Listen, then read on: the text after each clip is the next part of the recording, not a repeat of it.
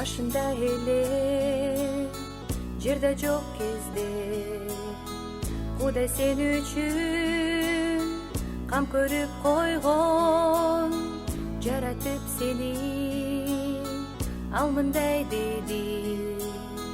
Эң сонунсуң сен, сүйөмүн сени, бул дүйнөгө сени сүйүп жараттым, бардыгынан сен өзгөчө жаралдың.